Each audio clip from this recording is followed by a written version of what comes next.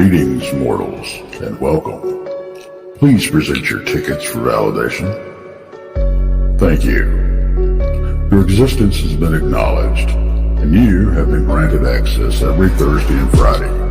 You will be accompanying your guides, Krista and Brandy, along with a world-renowned guest.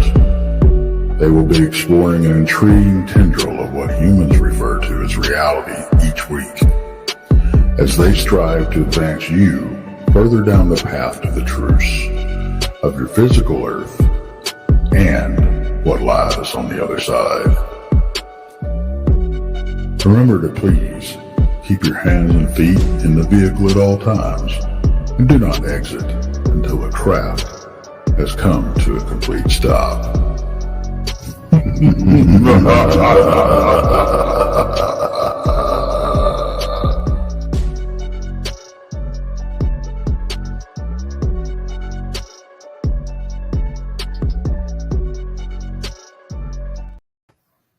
Hey, happy Thursday. Happy Thursday. Finally. Yeah, really. I'm just, this has been the longest week ever, Yeah. And it's still going. I don't even know what to do with it. I was sick yesterday. I worked all day yesterday, but last night, I tell you what, I got sick. I was like, I was so cold. I had the chills. So I even got under my electric blanket. And then I got so hot, I had to get up and turn the fan on, turn off the electric blanket. Like, it was awful. I haven't felt good for about 5-6 days now. I mean, I think it's just something that's just going around. Yeah, I still feel blah. Yeah, I do too. That's no joke. No joke. Well, it was only about 10 days ago we were hanging out. So maybe we got something from someone. It could be. That sounds about right. I mean, a 72-hour incubation period, and as long as I've been feeling sick, that's probably about right. Yeah, who knows? All I know is that, man, I just I really felt awful yesterday. And then I woke up today and I felt a little better, not great, and I've just felt blah all day long. Yeah. I mean, the day has been cool. It was, I don't know. Sometimes it was sunny. It just doesn't. I mean, I love fall. Don't get me wrong. I love fall, but it just felt icky today. I don't know why. Maybe tomorrow will be better. Right. Yeah. It's Friday, so it should be. Well, yeah, because the flooding around here was bad, and here too. So I mean, there's a lot of people having a lot of problems, especially the current river, the Black River. I think it's the Black River. Mm-hmm. That's near me. It's not doing so bad because I'm not flooded. But it's just the rain needs to just chill out for a little bit. Yeah, we got a bunch here. Oh my gosh, and then I was watching some kind of storm thing. Ryan Hall, y'all. That's one of my favorite on YouTube. And I was watching that, and then they're talking about this snowstorm coming in. That they're talking about at least 20 inches in high up in the mountains, and at 8 inches at the bottom in Colorado and stuff. And I was like, "Are you kidding me?" We go from hurricanes, flooding, and then blizzards. Yeah, who knows? I don't get it. I don't either. The other night we had, I guess it was Tuesday night. We had, maybe it was Monday night. It was one night we had tornado sirens went off here, and a tornado touched down real close to me. And I was sleeping, and Ray finally wakes me up after he had went outside and checked everything out. And I'm like, you didn't think to wake me up because I was sleeping and we all could have blown away. But no, he didn't. He decided to go outside and look at it. Right. Okay. So we're talking about this, this unusual weather pattern that we have going on, which is super crazy, And then it was like a week and a half ago, the epicenter of an earthquake hit on the New Madrid fault line, approximately about 100 miles from me. And it was at a 3.7. Good grief. And I'm like, are you kidding me? It's just there's everything is just popping off, and that kind of with our guest tonight, maybe these are some questions we he might have an answer to, because we're having all of these problems going on, and maybe it's not just Mother Nature. Yeah, maybe so. Speaking of our guests, let's go ahead and bring him up. He looks ready to me. Mr. Michael Anthony, thank you. Hello. Thanks for coming. Hey, you switch sides. Yeah. Trying to. I don't know. She can flip us real quick. I mean, she's got the button clicker. There we go. See there. Oh, yeah, it was like lightning speed. It's almost like a text message. Boom, that fast you have it. That fast. All you got to do is Yeah, exactly. Human manipulation works the same way. You brought it up. I like to have the picture of us. See. There you go. I like the picture of us in my background, so that works out. Are you guys long-term friends from like grade school? Not that long. Not that long? We actually met doing the paranormal stuff. Gotcha. And we were on a team together, and so. Yeah, it's like, but with the things that we've dealt with in life through the paranormal and things like that, it just kind of like, it was just natural for us to come together and do something like this. Yep. Gotcha. So what was your scariest moment? You go ahead and answer, Brandy. I'm trying to think because, I don't know. I think my scariest moment. Oh my goodness, this is tough. This is really tough because I've had some really unsettling things happen in the paranormal world, but I've also had them in cryptid world. I'm going to say my most unsettling moment was a bluff charge. When I was in Brown Springs, Oklahoma. That would have to be my most scariest moment because I couldn't see it. It's in the dead of night. It's coming through the trees. I can't see it. So I would have to say that was my scariest moment. Okay. What about you, Michael? Scariest moment? When I walked down the aisle to get married. That was my biggest regret. That wasn't the scariest thing. That was just. I'm just making jokes. No regrets. No regrets. I don't know if I've ever feared anything to the point of that. I experienced, my whole life has been surrounded by experiences. That's kind of like the path why I've done what I've done for all these years. And there's a lot of years involved. I mean, really. So, now that I'm past my mid-60s, I'm not done. I kind of feel like I'm just getting started in a certain way also. But I'm waiting for that moment, the one that tells me stop doing this. I mean, truthfully, I've had several different types of experiences. Loud sounding explosions in a home that I lived in. It wasn't an explosion. It was more that the place was like very large scale, high ceilings and so forth. The acoustics were tau.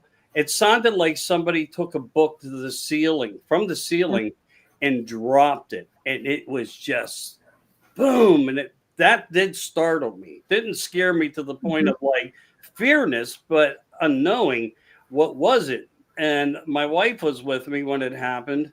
And, we tried to analyze, like, what did we just experience? What did we hear? And, we couldn't make heads or tails of what happened. There was nothing out of place. It wasn't a sound of the door or a door. It wasn't like that. The only thing that I could ever put in perspective, it was like somebody had to drop something like from the ceiling down to have that type of resonance and effect. So, look, really, I have a lot of them that I went through. One of the weirdest ones where I laughed at, which many people don't laugh at a haunting, when you experience a poltergeist phenomena, and I did, and I can't actually say it was poltergeist, but if you were there, it was poltergeist. And what it was we were watching TV and I was talking to my wife saying, sometimes at night in here, I hear like footsteps on the steps every night, same time. And I'm telling her about it. And as I tell her about that, It happened. The Oh, funnier wow. part, the funnier part about that, and we even got up, to be honest with you, and went up to check on the kids. We knew it wasn't the kids. Mhm. The stairwell wasn't situated like that. We knew it had nothing to do with it, but just out of parenting and protection and love, you go up and look. We observed, we looked, we came back downstairs, we're watching TV. It wasn't real late at night or anything. It wasn't like no midnight or 3 a.m., scenario. Mhm. I had a hassock sitting in front of us. And that's one of those little footstools. That was the names that I grew up that they were called: a footstool, a Mhm. hassock, and we had a fan on that was on a tripod, and it Mhm. had legs like a cross, so to speak, and it was rotating, oscillating, and you heard this as plain as day. Something tripped over the hassock, hit into the fan.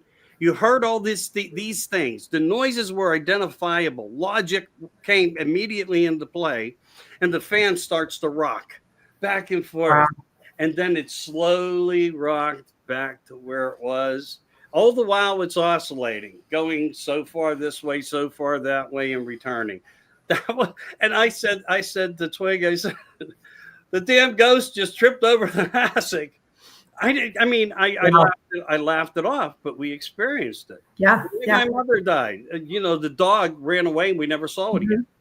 Mhm. You were talking about, and I said this the other night. I co-host with Bigfoot Michigan Rob on Tuesday nights, and I think it was Monday night that I was in bed asleep, and there was a loud bang, a loud crash in my house. And I do the ghost thing, but nobody comes home with me. I don't have any, nothing like that. I keep my house pretty cleansed. And my daughter, my 14-year-old, she also heard it. So we both got up because I thought for sure the cat knocked something down, and it sounded like shelves or something just falling, like you said, like Mm-hmm. a big crash. I expected to see a mess that the cat did or something. We got up, there was nothing, not a thing out of place. And Sir Brian Bowden told me that he thinks maybe it was from like another dimension, like Yeah. coming through. And that kind of made sense to me. Maybe it was. It could be, because there were strange things that took place that we experienced like that. We were on vacation, and our tenants downstairs, who we knew pretty well, called me on the phone and said, "Did you come home?" And I'm like, "What are you talking about?" He said, "We hear footsteps all over the place up there." And I'm like, "No, but you know what? While we were there, uh, there was a sense of quietness and peace also." But Right. maybe because I talk to things and say, "Look, we'll respect you, you respect us. You protect yours, we protect ours. You do your thing, we'll do our thing. Mhm. Stay on your side of the fence." And I do address things like that. So maybe in that context, something worked. I don't Mhm. know. But yeah, that's a very interesting analogy.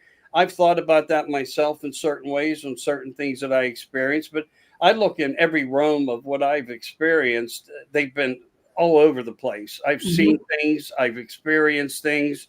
I've watched things happen in front of my face. I had a craft come over my head that I could have threw a rock at, literally threw a rock at. And I have a huge driveway up at my wood shop where I do carvings. And, this thing covered the light, just the dome light of, I believe what was in the center of this craft covered the whole entire driveway. So it was Wow. huge, made not a sound. I brought it in, I guess. I don't know. I was playing Mhm. with the light, and I was looking through the fields with a deer spotting light, because across the field, I would always observe things or see deer or look at the animal, the Mhm. farm animals and so forth. And I started watching when I created What's in the Skies, is because I kept experiencing things in the skies over my property up there. And I was shooting into the sky, like it had like a 3 or 4 position. We still own the light and it still works, but it's really not great for anything, but it does help you see into the fields. So I was Mhm. going like 1 click, 2 click, like low, medium, high, and then 2 infrared lights would come on that really did magnified no ability, but they were there. They were there. I thought it was going to be cool. It turned out to be it was nothing. So I was playing with this light, and then suddenly I just got this feeling. It was a feeling, or Mhm. maybe it was something telling me instinctively, look at us. And I did. And I was like, holy, I mean, Yeah. sitting in front of a fire, I'm outside myself. And I decided to shoot the light at it. And I'm going 1, 2, click, click, click, off, click, click, click, off. And it slowly goes from a dim to a bright and back down to a dim. It responded 3 ways back intelligently to me. And then the hairs on the back of my neck. So maybe I fibbed a little bit. That was a moment. I don't know what that means as far as the radical fear where you feel something in your body that's electrifying. Because I've talked to people that actually explained to me that they've had that type of attack of fear when experiencing things. And I tried to call into the house and say, hey, somebody come out here and check this out. I don't want to be the only one seeing this. And nobody could hear me. Wow. Nobody heard me. I saw it. I tried to get them. But in that moment when that happened, because I said it out loud, I think. I really think I did. What the hell did I get myself into? And then it was like just gone. And I looked back up in the sky. I remember not being paranoid, but I was being cautious. And then I started to see, oh shit, there are stars right there. This thing had to be huge. But I don't know. I couldn't conclusively say what type, what shape, except for the fact that light sticks in my head like glue. Right. It was like a milk glass. It was like a hazy white look that almost looked like it had like crackle glass, milk glass, where it would be one of the same, but both. That just sticks in my head. It really, really does. Yeah. Wow. What were your feelings? What was going through your head like that? I mean, were you scared? Shit, what the hell did I get myself into? Right. Exactly. Right. Truthfully, what was most disappointing about it was I couldn't get anybody come out to participate in what I was witnessing. There was a time before that with my daughter who does do paranormal, Kimberly. In 2011, 12, maybe 13, I don't know. I have it written in my 50-year books back behind me. We were outside up by the garden and behind the house, kind of like near a power line, but in an open field. Houses were distance away, and behind me, nothing. Existence of nothing but woods and tree lines, etc. And we were just watching the stars. It's something that we always did, and it's because I had other experiences. And she was standing there with me, and we witnessed this most beautiful discharge of like a green firework glimmering down. Like after the firework occurs, you get all that very gentle, beautiful kind of color. And that's what we saw. And I was like, and she says, and no, Kim is right now, I think, just turned 28. She was probably at that time, I'm just guessing, maybe 14. Wow. I don't know, something around there. And she says, and this was not a young girl that used language. And she didn't use filthy language, but she used language of concern as she squeezed me and said, and what the hell was that? And I'm like, I don't know. And I was befuddled. I was just like, what really, what was it? Because I don't know. And we talked about it. We started to yell into the house. Again, no response. Almost as if time was capsulated somehow. But now we were both in a position. She was with me. I'm with her. Side by side. We've witnessed this. And I just kept looking up, and I kept seeing other things. And then I kept seeing things start to appear and come out of what I think is maybe a wormhole or some type of Stargate or portal up in the sky. Or these things just mysteriously all turned their lights on at one time. Right. Apps for using satellite detections and knowing where they are, GPS coordinates. Nothing goes up, nothing is there, but yet they are. The list goes on. It really does. Yeah. And I don't know why I don't call it to be blessed. I don't know if it's more of a haunting, but I could keep going with them. They were my experiences, some with family, some not with, in some cases not. Wow. Yeah, I don't know. That's pretty crazy. One thing, I've done the ghost thing, and here lately, Brandy and I've been doing the cryptid thing. But I got to tell you, like UFOs and aliens, that scares me.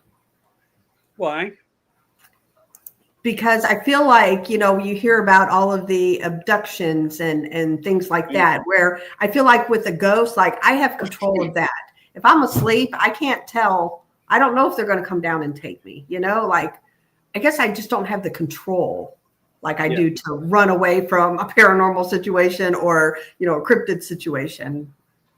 Well, one of the most fascinating stories was a mass sighting, but not mass. 23 people witnessed a woman came out of a window in Manhattan. Her name was Linda Napolitano, I think it was pronounced. And I think on Netflix right now, there is something of a documentary done by Bud's wife, Bud Hopkins.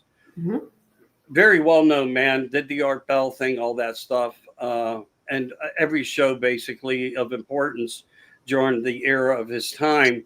But he used hypnotic regressions and so forth. And this young lady would take him down the path of things and so forth. So I would say to you, if you want to watch something very interesting, 23 people, including a political person of power, witnessed this happening where she was abducted through the window. And she was like, the way they show it and the way it was described, was she just like laying back unconscious, rising up into the cloud.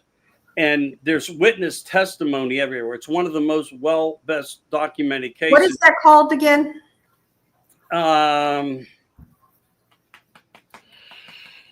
If you think of it, send it to me, because I can do that. I can do it. I can do that. It's something Manhattan. Wow. Something Manhattan. But yeah, I will do that to you. And it's about Bud Hopkins and Linda. And if you want to get into something haunting that was mind blowing and one of the best cases documented, is Deborah Moffat of a demonic, where her windows in her homes were just blown out. Cabinets, not just doors open, but completely ripped out of the walls. Wow. I mean, where they actually had to give up their home to keep peace and communication with this entity who wanted to be called Prince, which she would never do it. She wouldn't call it Prince. Right. She called it the entity or something like that. That's another fascinating one. You can look up her testimonial with Art Bell. I mentioned Art a lot because I love Art. I'm doing a documentary kind of like thing about him right now, and also doing a couple shows as a tribute to the great Art Bell, because he was truly a legend that broke. It really was. Agreed. Broke so much forth, and he's not. Somebody has to step up and say, "Hey, I got to do this," and that's my passion. So, but anyway, Deborah Moffat, look into that one too. Okay. On an Art Bell show, just type in like Art Bell, Deborah Moffat. Be prepared to listen to it for about 40 minutes, which isn't so bad. And it is mind blowing. The Warrens were there. The best in the world were all there, and they all told her the same thing. The craziest part, and I'll just give you a little whisper of a hint because I don't like to give too much of away. She figured a way out for them to communicate. Wow. And when it was angry, it killed the dogs. It made its presence and its demeanor known. So some real fascinating informations of what I think are probably some of the best stories out there, if it helps your audience. And actually, I do shows that pertain to these things when I do them, but not always when I do What's in the Skies. What's in the Skies, I've had on, and I have in recordings, several that I haven't released yet, abduction witnesses and testimonials. I did Tammy Times. I did I did a bunch. I really did. And there's characteristics in them. And it seems to me that these little entities are not, of any type of physical human. They are like a clone or an android or something of that type of thing. Through their eyes, they can create frequency, which then creates infrasound, which then puts you and paralyzes you and leaves you unconscious.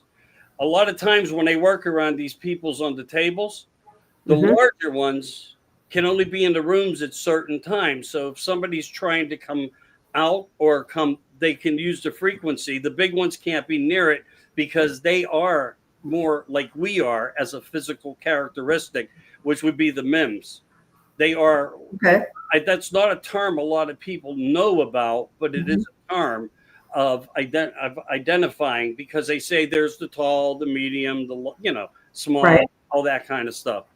But yeah, to me, I think what we learned about that goes back to 47 was the fact when they removed these lenses, they said it was about infrared, and that's how they were able to use the camera technologies to, decipher, to understand where they were and coordinate themselves to what their missions were to do on abductions and so forth. And that shed some light into what these things had, what type of capabilities that they had, and what they were created for, and why they are participating in some of these events. But it's not always them. Sometimes people have reported what they believe is some of our own military personnel from the space program on these ships. Sometimes people say they believe they remember seeing a Bigfoot. So is Bigfoot really an alien? Is that why he's part of the physical mannerism? John Lear released a paper that our own military at one point said that they sometimes come in hairy suits. What does that mean? Wow. Sounds like Bigfoot maybe, huh? Well, who's to say? But I do think that we're looking at two different, maybe three different objectives of opinion here. Yeah. Definitely, because David Hollis is a beautiful person, just trying to bring information, post these pictures, but they almost look like they're fragmented into a dimension coming through between. And that's why a lot of the pictures are blurred. Why does nobody ever get a face shot, but they'll get a back shot? Right. Again, it goes back to what can these little grays do that maybe Bigfoot can do? Maybe there is some type of quo because people see orbs, or they say they witness a spacecraft shortly after or before, or sometimes at the same time when they, Yeah. So you have that. Yeah. I got to say though, just like, that's what I'm saying, like the thought of like, I have like helped, in demonic cases. I've been out there and I've been in some pretty scary situations, but there's just something about, sorry, my phone's going off, reminding me to drink my water. But so that's what that noise was. But, in some pretty scary situations, and just the thought of alien abduction, that freaks me out. Like, absolutely. I want no part of it. It does me too. Only because it's unknown. I mean, the reports that we've heard is that they do all these experiments and things like that, and that's what scares me, because I don't know if I'd come back the same. Yeah. Well, everybody that I've been fortunate, like Karen Wilkinson told me, things certainly will trouble you, and you will have to have thick skin when you live with something that happens or reoccurs and happens again. But, to me, they are trying to create the Hubert Society, another term a lot of people don't even know what that is, but it's a hybrid, but it's above hybrids. It's meaning that they're already generational, which means that they are already looking like us here, walking with us. So that's how long that this has been going on. And if you go back into history and you go into the caves and you see artwork and depictions and carvings, and, you have the indigenous who speak of, the ones from the stars and so forth. I think they know. I think they witnessed enough. I think at one point in time, they were coming here, visiting closer and helping. But I think it was a different sector of who was coming and helping, whether it was the Arcadians or the Palladians, and then you have the Greys, the Reptilians, the Draconians. I mean, it's up to you to decide who's actually behind all this. But we hear many stories. We hear they eat people, they, and all these other things, and they prefer the young over the old. Who's to know what our government's really involved with? But if you could ever get Laura Eisenhower on, she could probably give you a lot of good detailed information about that. Because Ike Eisenhower was her great grandfather. Holloman Air Force Base, there was 3 ships that came in. One that then left, and he was basically put in a dilemma where a treaty had taken place, and an agreement where abductions would be allowable as long as no one would be harmed. And they said it was just for DNA to create.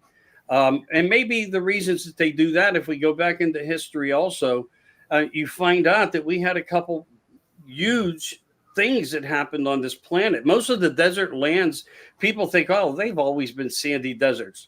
Well, if you dig down in the sand and you find big chunks of glass, that means it was some type of element of heat that reached a certain temperature that just destroyed that environment.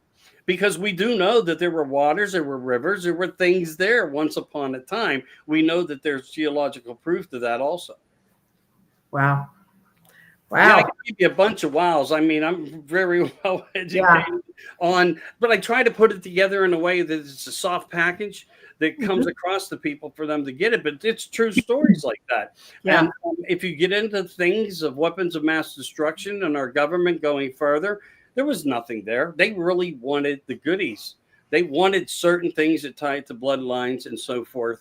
The Gilgamesh and the Anunnaki. And, a lot of people think that a lot of things happened and came, and we were part of where that came from. Maybe parts of those stories are true. How much of it?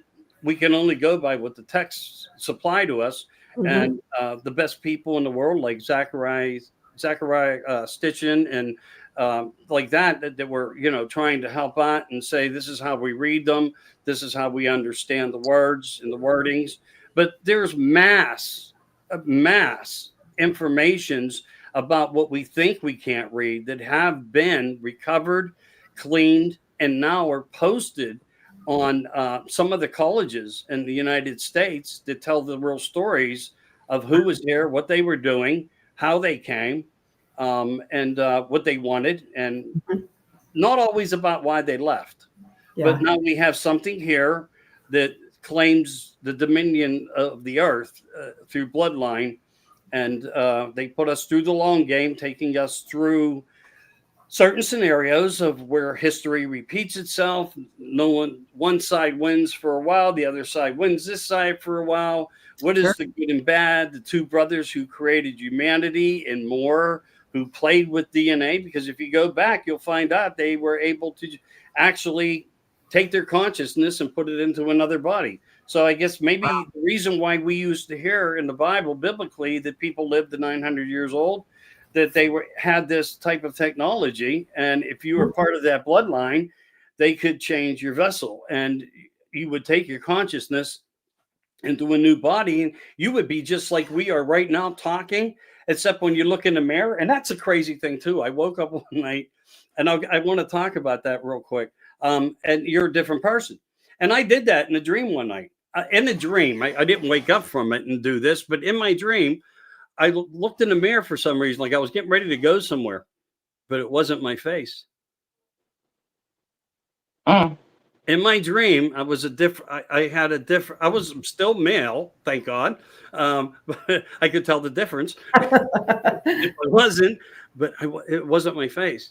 And that has always baffled me, because I'm a person that dreams. I go into dream rooms. I see things. I have a gut feeling what to post the next day, and the shit happens, and it hits the fan when I do it. It's like a domino effect with me. I don't know why all this has guided me to look at these things and the mutilation, Linda Moulton Howe and Stanton Friedman, and all the greats that are providing. They were really the truth in my mind, that they weren't part of this new diaper committee. And some of these people are fabulous. They're really trying to do homework and research, but the truth comes from where it started, where they were closest to the information.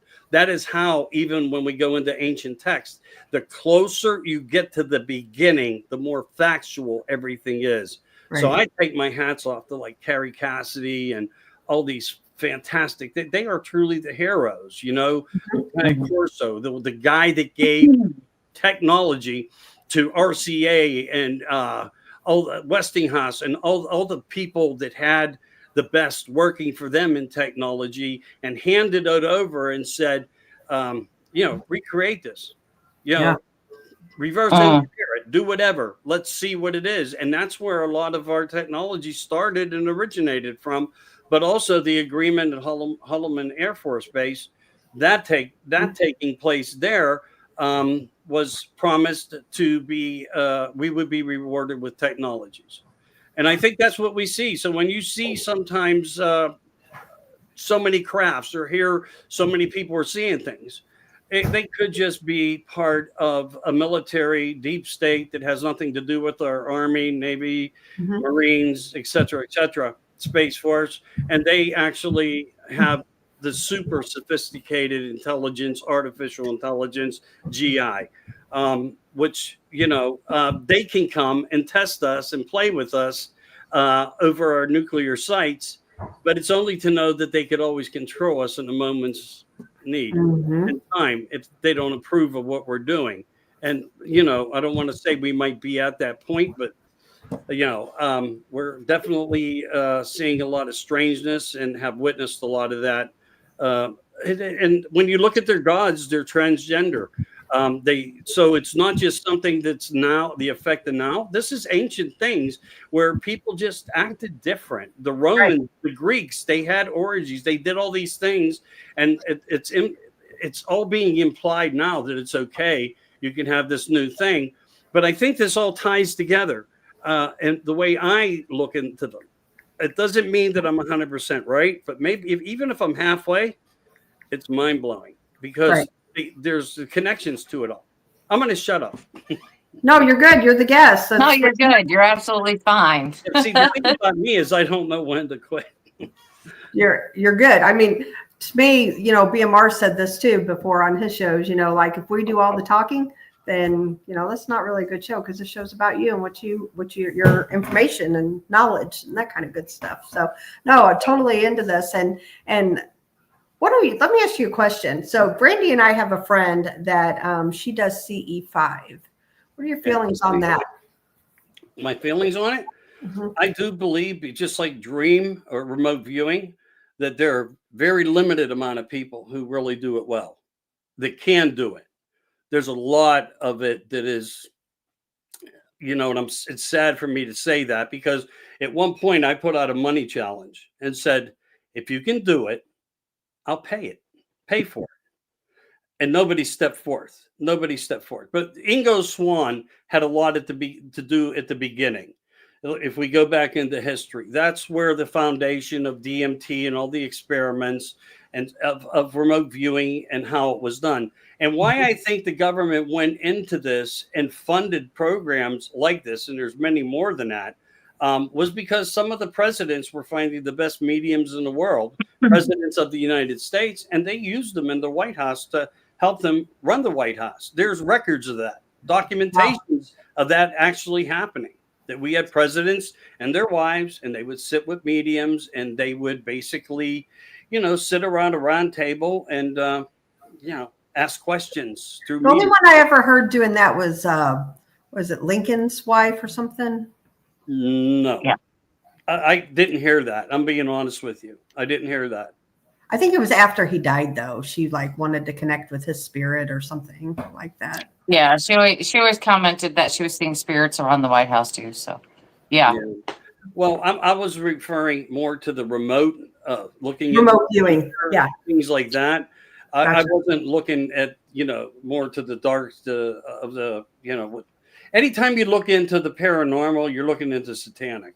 Mm-hmm.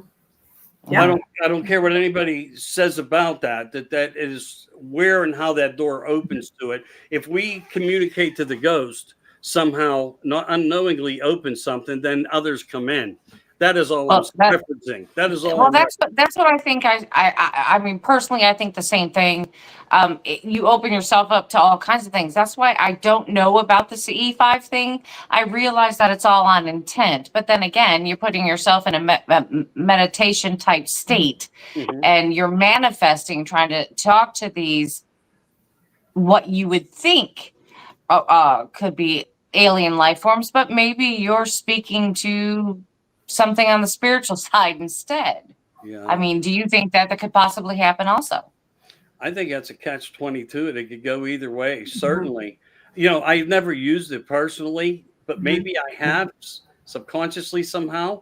And that's why they come to me, because they do. And I'm not saying I could call it on a moment's notice. Most of the times in Pennsylvania, they're treating our skies with these beautiful, whatever's to block the sun and so forth, but they do it 24 hours a day. And even at night, you can't see the moon most of the time.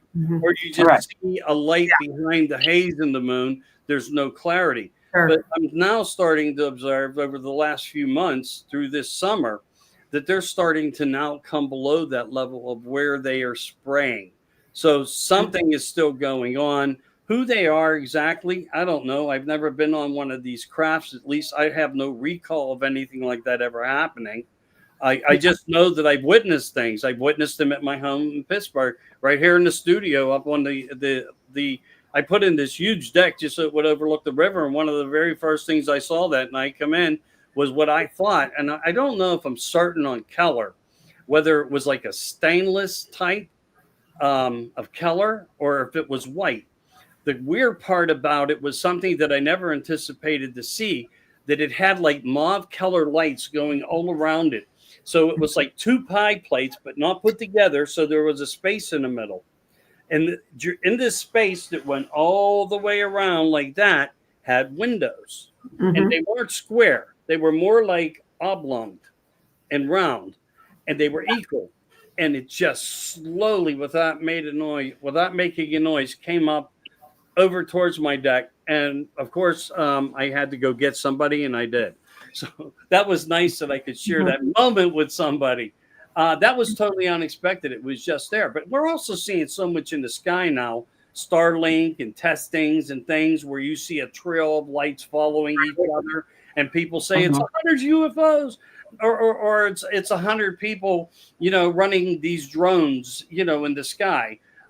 There's a lot of things being manipulated. If you go on Facebook, you can get 10 analogies for one thing. If you put up a picture of something that you know in your heart that was real, and 50 people hate it, 50 people say it's fake. So our communities are a mess. I agree there. Yeah. My first UFO, I guess I had it in my head, like, I would see this flying saucer above my head. I had no idea up until about a year and a half ago exactly what I was looking for, until my friend that does the CE5, we were actually at a haunted location. We were doing a ghost hunt, and we were at Malvern Manor, and we went out back, and she had a laser pointer, and she started circling stars with the laser pointer. And I kid you not, it like answered back. Like she would do 2 circles around it, and it would like shine like two times. And then she would do like 3, and we would get like replies back. And then we actually watched, and I don't know if you want to call it like a mothership. I have no idea what you want to call it. But there was like 4 or 5 of us there at this time watching this, and it like broke off into like 5 different pieces. Okay. No idea. So that was my one and only, like, I can say, wow, like I really did see something, that UFO, type thing. Because I didn't realize it's basically, it's more so they look like stars. I had no idea until I seen that one explode, and then the ones answering us, I'm like, that's not right. Stars don't answer, Yeah, I get where you're coming from. Yeah, I've seen things like that, but not like that. I've never seen a mothership disperse. other drone-like ships. But we know some of these ships are only this big. Some they do have technology drones that they send out. They prefer at times, I guess, to send out. So we get them as crash retrievals as well, and we have. That's why we, even Stephen Greer had a couple little. I don't want to call them microscopic little dudes, but they, we know that they were found in Mexico. We know Stephen Greer was part of one of the findings. There's a lot of fascinating things happening. We're getting closer to answers. There's another thing going to take place in Washington, supposedly this month. Karen Wilkinson does a great TikTok release on what level 1, 2, 3, 4, 5, and she works with L.A. Marzulli a lot.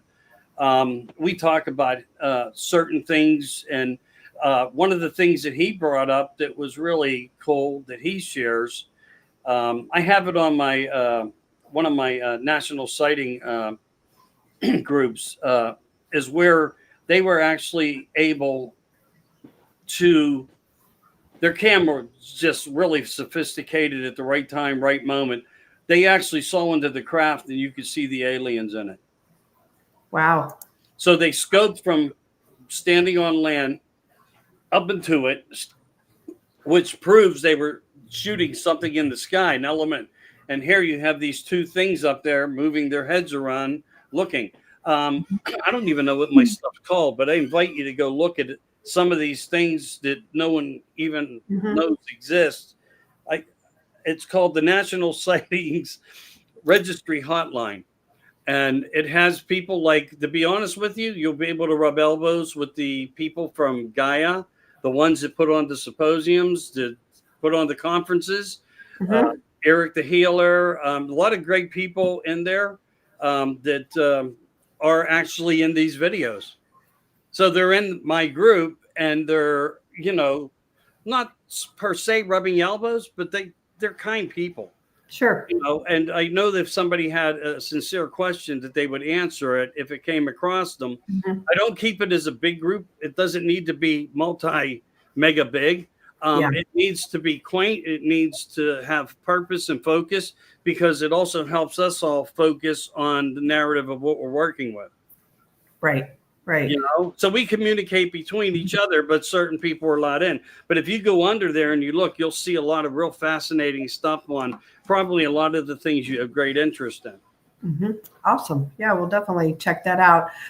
You have a question here I want to answer real quick. I want to thank Gary Spike Sr. Thank you for the memberships. And T-Bone, thank you. And welcome back, T-Bone. Been gone a while. Thank you. Your question is, it says, CE5, do you have to have natural ability? I don't think so. I think if you understand what the monks were doing, you could do the same thing. It's a form of meditation and placement in your mind, the same as when you're falling asleep. I'll give you a better example. You may have one time been driving a car, and for like 1 minute, you don't know how you got to the next point. You self-meditated yourself into that fragment and didn't even know it. When your child's sitting across the room and they're in the daze and you're like, hey, and you're like, hey, you just broke that remote. Yeah. We do it. We have the ability to do it. That's why people talk about why children at the earlier age, they're not calcified yet through the poisons and the foods and all these other bad things in the environment. The weather manipulation, the nanoparticles we're breathing in, the graphene oxide in our clothes, cheese being one molecule from a plastic. I mean, when you get into the whole thing, this is how you double down. This is how you shorten life. And this, whether it's because it's somebody that's pulling the strings from elsewhere, and we're still stuck in this government agreement somehow, and it has purpose, I don't know. But when you can do things like that, some people want to use peyote. They can get more into that system. Some people smoke weed. And I don't mean to bring up drugs on the platform, but these are quite common for people to be able to engage. Not everybody can just do it by mind thought. Some people just don't have the ability to turn everything off out around them. So I would say, if you want to do it, what I do is I lay in bed. I mean, I'm just going to share with you how I do it. And this is why when I wake up the next day, I may not remember everything I experienced, but I have gut intuition. My intuitiveness is heightened, and my sensitivity to things are extreme. And I'll just lay there. I'll concentrate on rising out of my bed, going through my roof, and being in the air, looking down on the house. That is how I do it. That is my opening door to the remote. And then subconsciously I fall into whatever. I came back where my arms were like just worn completely out. Worn completely out, as if I was a bird flying. And I felt like, in ways, in that moment in time of what I could remember, always important, keep a notebook next to your bed also. Write everything down. It's a tale of other, I don't want to say dimensional lives, but things that we are doing elsewhere at the same time as we are doing them here.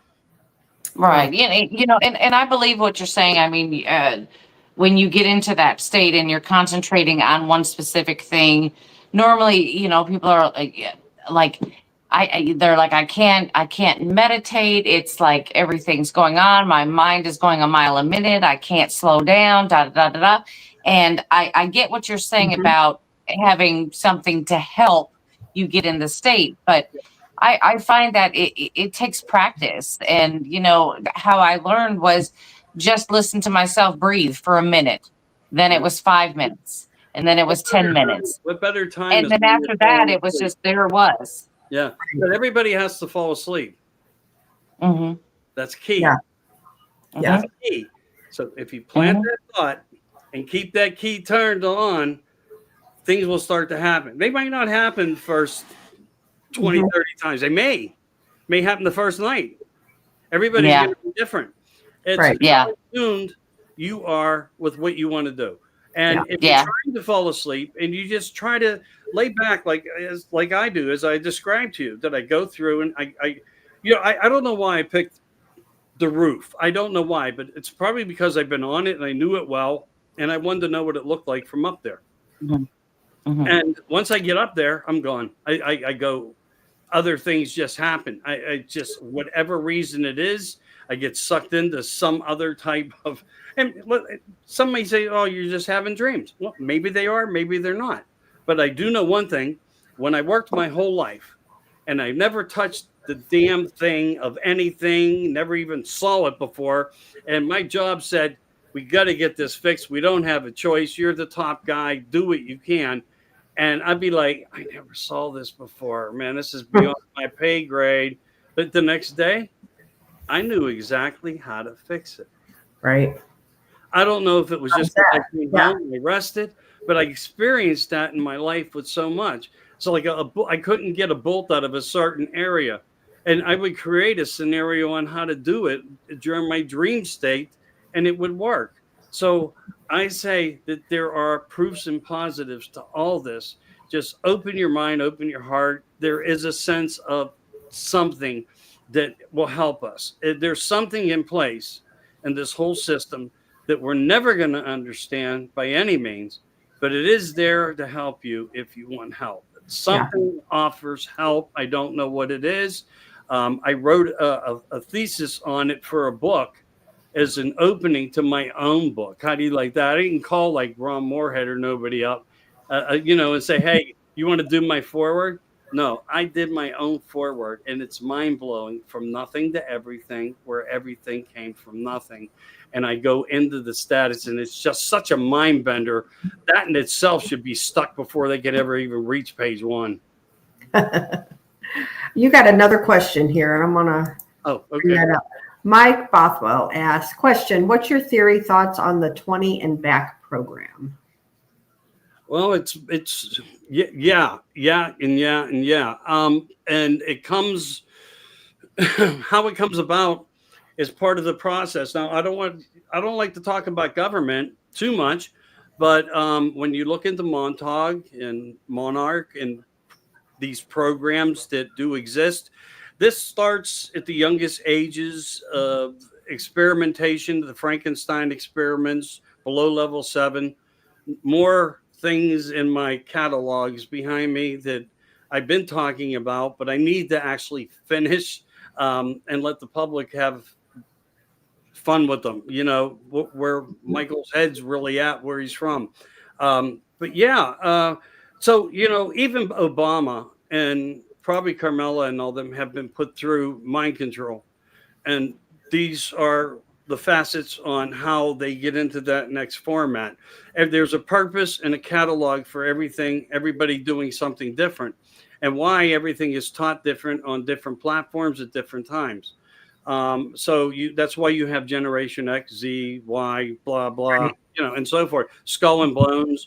Well, the Skull and Bones program was, the Ivy College, for all the rich, all the people related to each other that have ever been presidents, they go through these systems to be taught certain systems of how to control systems. And all this comes up, and the space program is no different. It's a manner of control of doing something different.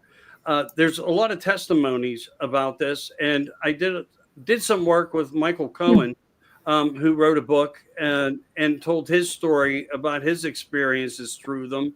And I've talked to several other people too. I haven't talked to a ton, but yeah, there is something about it. And again, they can bring you back to that moment in time that seems impossible, even though you were gone in your time, in your mind, for 20 years. But there's also 30. So you reflected that. The craziest part about it is they're using the same technology to bring us back as the aliens take to abduct us. Wow. And people are just throwing in the questions in here. There's another one, T-Bone. And I can't pronounce that. So, Michael, what is your opinion of T-Bone? Of AYAHA? Yeah. I don't know that word. Yeah, I don't either. As I said, I will always tell you if I don't. The Akashic Records, if that's what he's referring to, I'm not sure. ask him if it's the Akashic Records. Just tell him to say yes or no. Yeah, he will here in just a minute. Yeah, I have no idea. What that, what he means. I can't even pronounce the word. You got to dumb it down for me, guys. The Book of Secrets is a presidential book that every president is supposed to. He said no. Pass on to the next. Gotcha. Okay. I wish I knew how he's pronouncing it. It's probably something that I know of, but or I'm just not sure. I probably know it, but I just don't realize that I do. Okay, Denise says ayahuasca, if that sounds right. Ayahuasca. Oh, okay. Well, it's a hallucinogenic plant concoction. I know exactly what ayahuasca is. Well, that was part of the DMT experiments with Ingo Swann. And Ingo Swann was not the only one that did it and supervised program. There are other people as well that did. All these different drugs were used to put people in a heightened state. They would be given an objective. The objective would never be totally given to them. And you guys probably all know this already, but yet they would see how many in the group to get the one that could get the closest to the reality of what the information they wanted to bring back. And those people would get handpicked and then put to the next process of the program. That's also how, in ways, even though there were catastrophic events that were occurring with children through early teenage, till I don't want to say early teenagers, but early teenagers is when they were starting to actually rehabilitate to train for the space program. So I tried to answer two at once there. I tried. Gotcha. And Lil Patty asked, do you think there is a book of secrets? Yes, I do. Every president gets to write. Well, maybe not everyone. Here's something mind-blowing too. It came out several years ago. I can't remember the young man's name. He's been on panels and he's a lecturer, speaker, Nice looking guy, really nice looking guy. I'm married. I'm not into guys. I'm just trying to describe because I feel so bad when I can't remember somebody's name in the moment when I need it, but it does happen to all of us. Anyway, he found out information that Nixon actually did his own book. It is said that it was hidden in the White House for Trump to find it. We don't know if that happened, and there was a lot of information about it. It actually caught like wildfire for a while. This story got really big, but I never heard an ending of it. And I think if it was found, it was left there to be found for a reason, and it's probably had to do with the components of the powers of the superpowers of the world, not the powers of the government, but the superpower Illuminati and more of the world. Those type of people, the Orsinis and so forth. Yes, those. And I believe Watergate is one of the reasons that he did it, but he also knew the power that they truly had over presidencies. And, he decided to resign his position. And that's what they wanted. Just, we'll let you be, just stop, leave. And we're now knowing that most of what happened there was only created to make it look like it happened. Yeah. Gotcha. Yeah. I don't know, the Eisenhower thing you spoke about a little bit ago, and like the Book of Secrets, I too believe in all of that. And I do believe there's more than what we know. I do have a question. What would be like, you hear the grades, they're not very nice. Is that true? Or is there other ones out there that, have ill intent towards us? From what I think I understand from what people told me, in their memories, experience these things, the ones that I've been able to like hang out and have discussions with, because I don't look at things as interviews. To me, this is just like having fun. Right. Right. Yeah. We're all just connecting. We're unifying a oneness that's just much greater than anything else anybody can do. But I think they created something because they needed things that they couldn't do. In order to reach this place, the ways they do with the abilities of the terms, the large ones can't do it because they're a lot like us. Not exactly the same physical components, but they are of a flesh.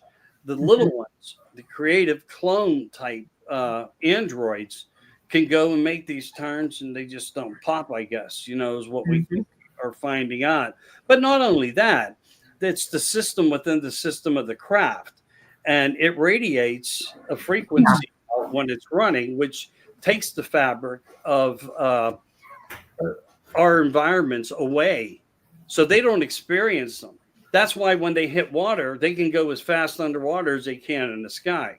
Everything's pushing away from it, so nothing's holding it back. And even Elon Musk talks about these systems of propulsion that could be done, where once you hit it once, it's in full throttle the rest of the way. You really don't need fuel. Yeah. Wow. So in a certain context, I'm trying to explain the apparatus of what it is. So yeah, this technology, it's most desirable. And Bob Lazar right now, like I haven't talked to him personally, but I have talked to Jim Goodall a couple times, 2 or 3 times. I've had him on, and we've talked about things. Bob is getting to release something right now. And it's going to confirm that actually some of the 115 he did have in his possession, and he figured out how to turn it into element 116. And he's supposed to put on a demonstration of this with a prototype model that he created, I think, of the sports model that he worked on in Area 51. It was actually an archaeological find of a mana of the past of a spacecraft. Wow. So this is not BS. This is factual stuff. If you go back to one of my shows on my page with Jim Goodall, we talk about this there. I even posted things in America Disclosing Uncensored. And so there's some factual information there and about this documentary that Bob's in the middle of. Because I got to tell you, a lot in the community is bad. And a lot of people out there with big names will do anything to get on top even more. They don't want to lose that position on top, and they will take things from people without giving them any credit for anything, even when it wasn't theirs.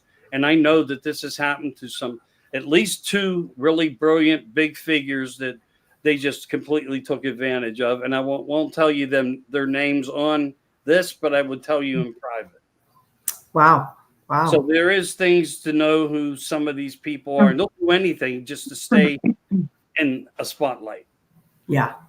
Well, that kind of brings me to a question. Now, we've heard all kinds of theories, and you even said it yourself about oh yeah, basically about aliens adapting to looking like us, and we wouldn't know if we passed them on the street. But one of the biggest theories that I've been hearing is about reptilians in offices of high influence. Let's just say it that way. Offices of high influence. What's your take on that?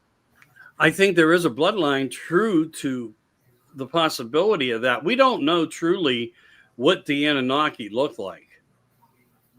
I mean, we don't. We know the elongated skulls, but we don't know if they're actually Anunnaki. You can do a DNA sample on the bone and maybe you'll hit jackpot, but it's not going to come back and say, bing, bing, bing, Anunnaki. So it's like that. I know that there are things in this world that seem pretty hard to believe. It's almost like the movie with the glasses with Roddy Piper. When you put on the sunglasses, everything in the world changes. And it does when you put on sunglasses. When you put on sunglasses, you're out for a fall drive and you put the glasses on, the foliage looks more beautiful, but not always. If you know the lens to wear. See, everything that they put you through is called the blue screen. Even right here, right now, red is protective, blue is not. That's why Google patented it and owns that patent for the blue screen.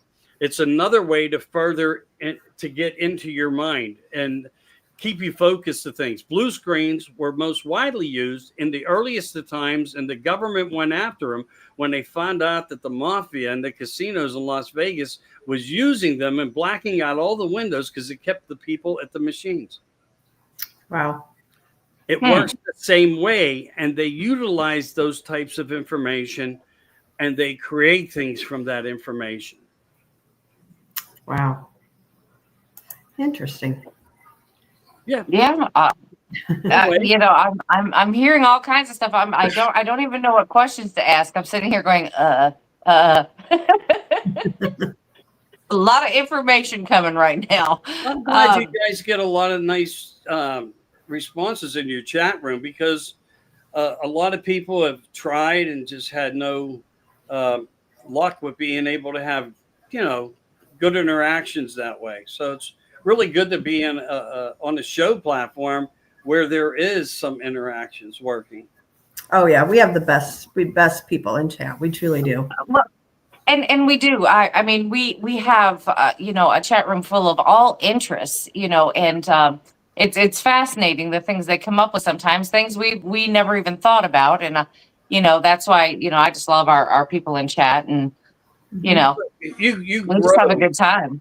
It's like we're just sitting around having a conversation, drinking our tea or drinking our water. Right. Right. Absolutely. And then it's just times like I couldn't pronounce that word that T-Bone said, you guys have to kindergarten it down for me. Just saying, like y'all did. Talk to me like a 4-year-old. Okay. Right. Let's just go there. Let me sound it out for me. Then I got it. Yeah. I never had to write that word. Right. I just never had to write it. And otherwise I would have probably looked it up, because I'm half intelligent, I think, in some ways. I mean, I only went to the 8th grade, truthfully. That's all I went to. When I said to my teachers, you cannot teach me anything. Oh, wow. They went and sent me down to the principal, got me pulled out of school by my father, told him I needed my ass kicked. He said, what did you do? I said, they can't teach me anything. He said, what the hell do you mean by that? I said, they're stupid. They can't teach me anything. And if I asked them how they come to the conclusion, they don't have an answer for it. They said it's in the book. I said, to me, that was conscious guiding. Right. Well, you know, and I think about that. I mean, how many changes have been made to the textbook since we were children in school? I mean, there have been so many different things that have been changed because they were basically not telling the truth. Mhm. That they were just telling their own story, and now that more of the truth's coming out, all of this is changing. I would seriously hate to go back to school right now and try to figure out what's going on. Yeah. You know what? An easy way to decipher the proof and extract it is when you look into those books that almost every household had back in the 60s, 70s, and early 80s. God, what did they call them? They were like the encyclopedias from A to Z, Britannicas. Yep. The Yep. Britannicas, Look yes. how they changed every time they repurposed and rebranded the book cover. Mhm. That is when they started extracting information. I kid you not. I've investigated that. It's factually true. Wow. Well, yeah, I mean, I had a set probably about 2025. I don't want to put some years on it, but I will. About 25 years ago. But every year it was like they were sending you a new book of things. It was one book, but it added all the stuff that wasn't in the other books. It's like they just kept adding and adding and adding and adding. And I'm like, how can you keep adding to stuff that's already in there? It's already written and you're changing it in another book. So it's just kind of like they became obsolete to me because I was just going, okay, this is what I read here, but I got to go over here and figure out if they changed anything. So it just became obsolete after a while. Just, yeah, it and I was think horrible.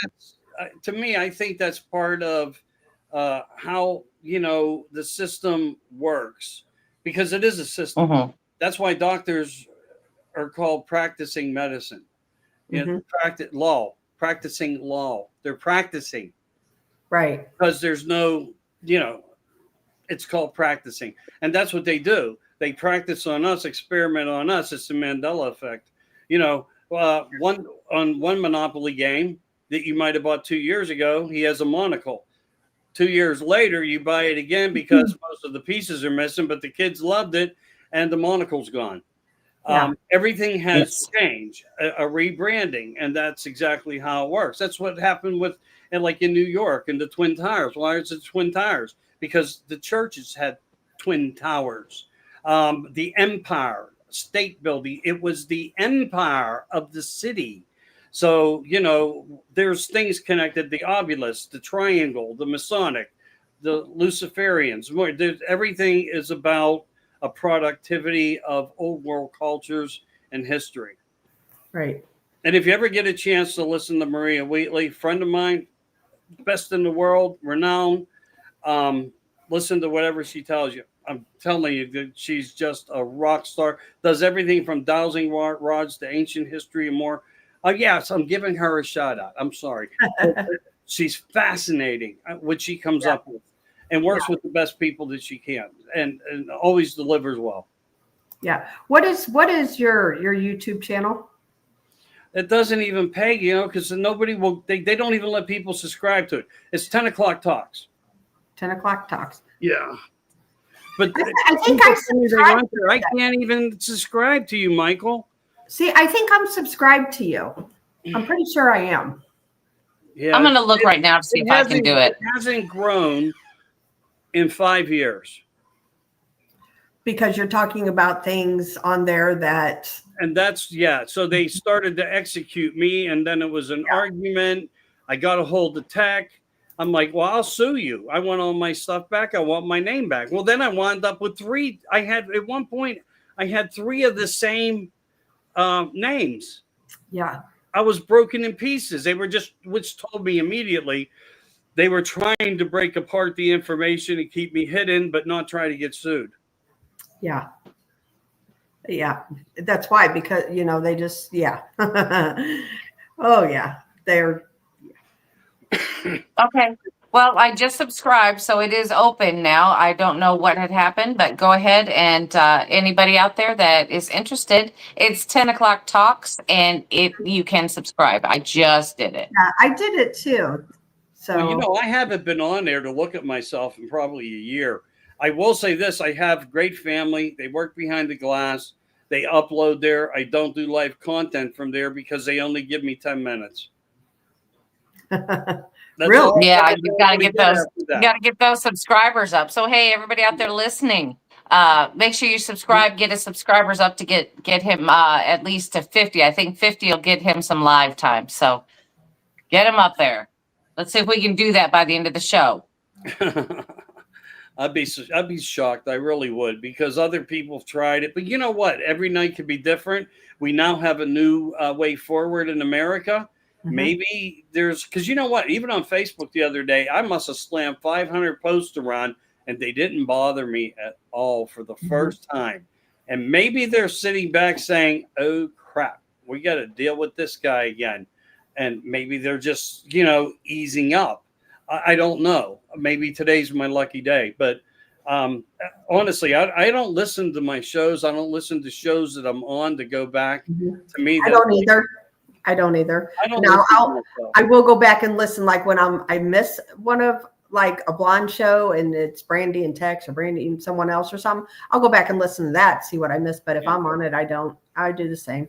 Yeah, the only reason I bring that up is people said, "Why don't you create reels?" Sometimes you fire up and it's like, that's a reel and you don't do it. And it's like, I don't even know how to do it. Right, exactly. Hey, let's talk real quick. Let's switch gears real quick. And what do you think? Like, let's talk about orbs. I have seen orbs in a haunted location with my eyes. It was a blue ball about the size of a softball.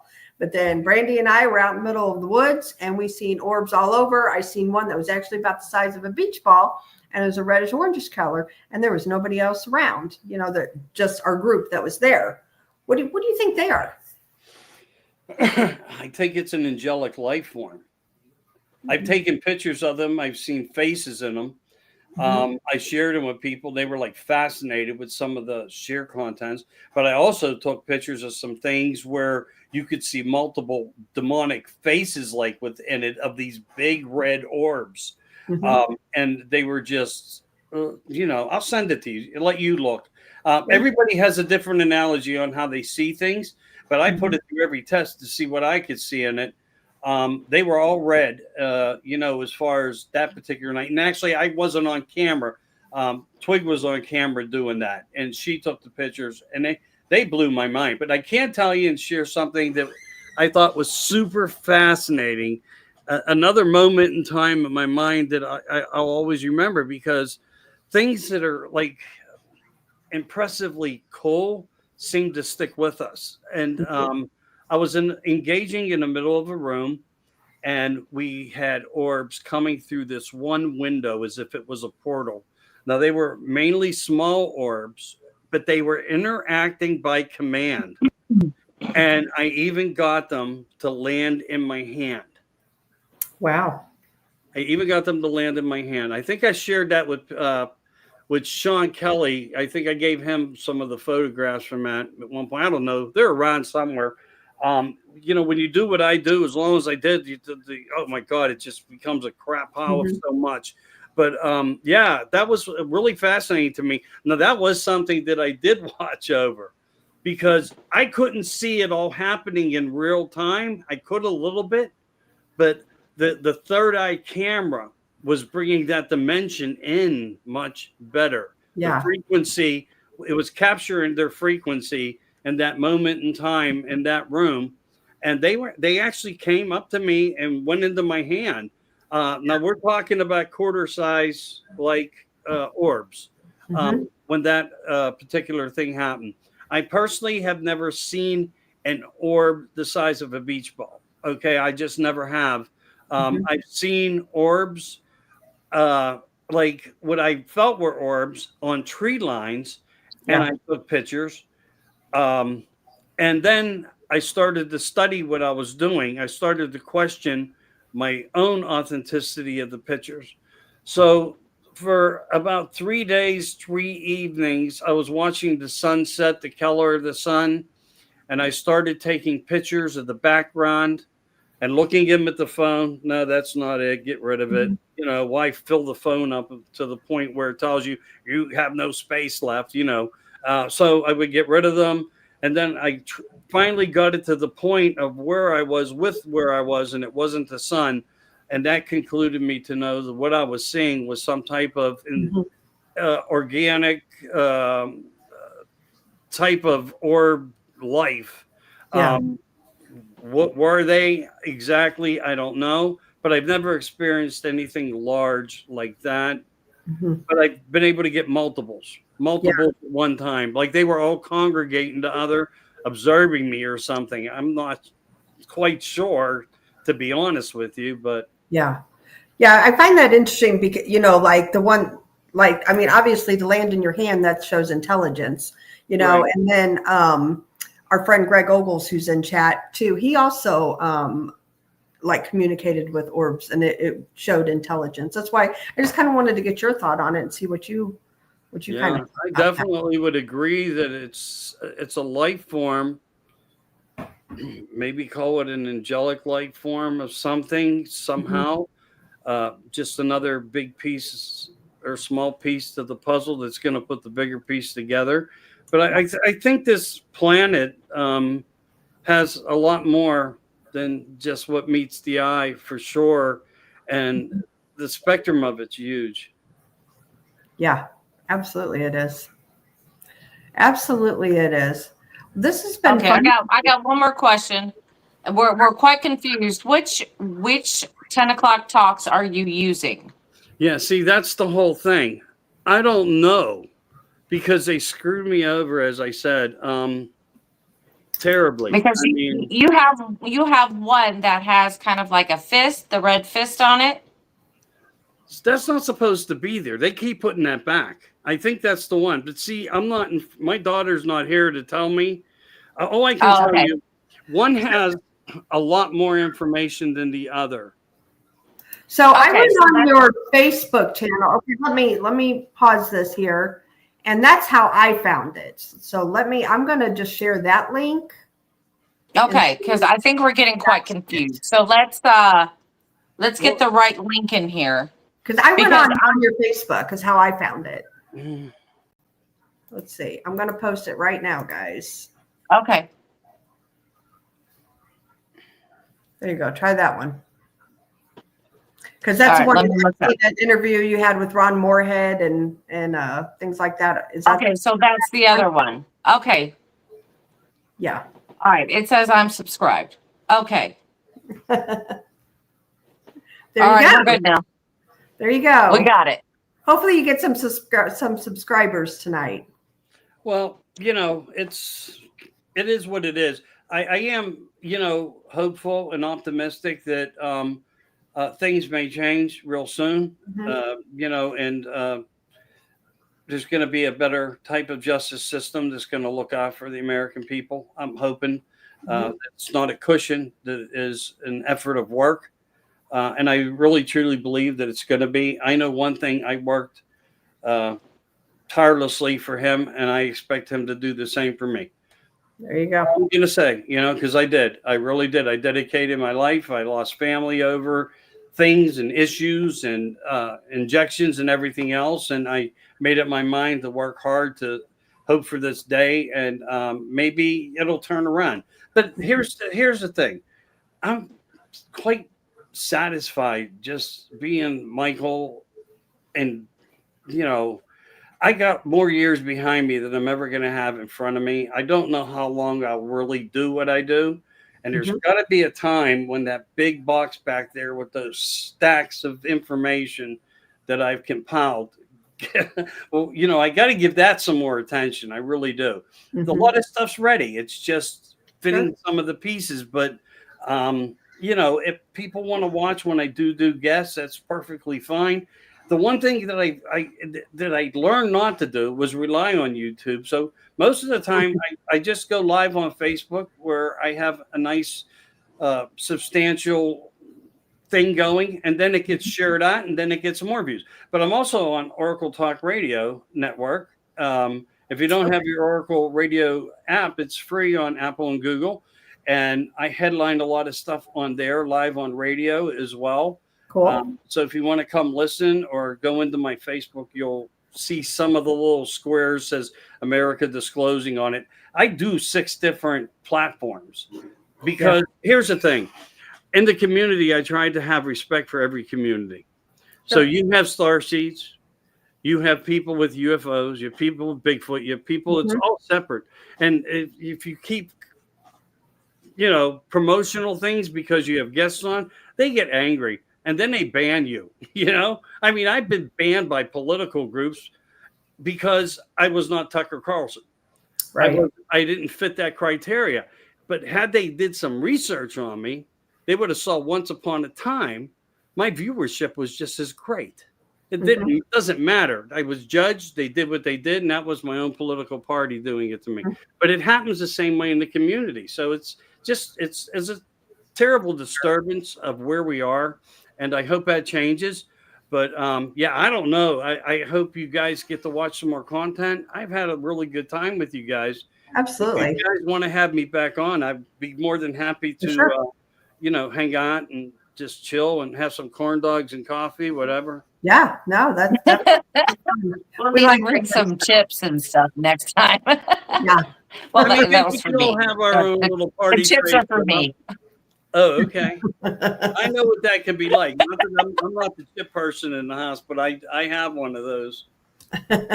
There you go. Well, this has been fun. And once again, Gary Spikes, we appreciate the memberships, and also T-Bone, we appreciate the memberships. Thank you very much.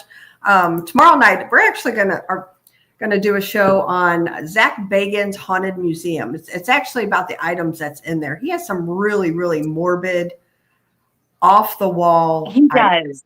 He does.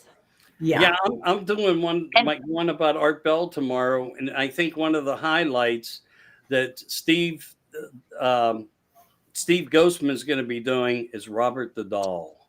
Yeah, that's another one. Yeah. That's interesting. For sure. So anyway, that'll be tomorrow night show, and then stay tuned to we will as the whole team, Wands, the whole Texas Front Porch team, BMR, we're going to have an announcement we're going to make, I think, at the end of the month. So you guys stay tuned for that too. So anyway, we appreciate everybody tuning in, and thank you once again, Michael. We appreciate you coming on. This was fun. Thank you. And we'll definitely have you back on again. And good night, everybody. We'll see y'all. Good night, everybody. It's not going to let me end it.